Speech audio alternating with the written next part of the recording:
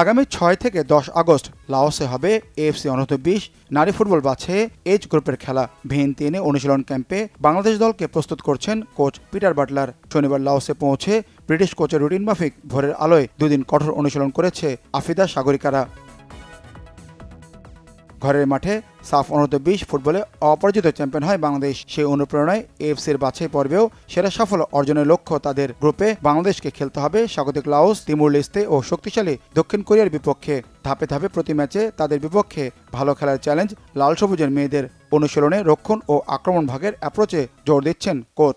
Defending এবং attacking এর অ্যাপ্রোচটা নিয়ে ডিফেন্ডিং এর সময় কিভাবে কি করা যায়, কতটুকু টাইট থাকা যায় অপোনেন্টের অ্যাটাকারদের কাছাকাছি থাকা যায়, এবং অ্যাটাকিংয়ের সময় আমরা কীভাবে স্প্লিট করব, এইসব নিয়েই কাজ হয়েছে। আলহামদুলিল্লাহ মেয়েরা ভালো কাজ করেছে এবং আমরা সবাই হ্যাপি মেয়েদের পারফরমেন্স। বুধবার সন্ধ্যায় লাওসের বিপক্ষে প্রথম ম্যাচে মাঠে নামবে বাংলাদেশ। তার আগে বিকালে হবে দক্ষিণ কোরিয়া ও তিমুর লেস্তের ম্যাচ। প্রতিপক্ষের খেলার ধরন দেখে ঠিক করা হবে বাংলাদেশ দলের পরিকল্পনা।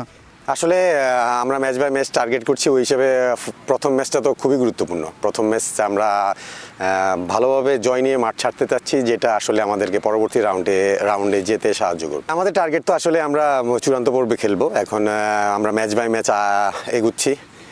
সামনে আমাদের প্রথম ম্যাচের পরে আমরা আসলে এরই মধ্যে আমাদের অপোনেন্ট দুই টিমেরই খেলা হয়ে যাবে। আমরা আরও অ্যানালাইসিস করার সুযোগ পাবো, ওইটা নিয়ে কাজ করার সুযোগ পাবো। 8 গ্রুপের বাছাই পর্বে লড়বে 33টি দেশ। প্রতি গ্রুপের চ্যাম্পিয়ন ও সেরা 3 রানার্স আপ দল খেলবে আগামী বছর থাইল্যান্ডে এএফসি অনূর্ধ্ব-20 নারী ফুটবল চ্যাম্পিয়নশিপে।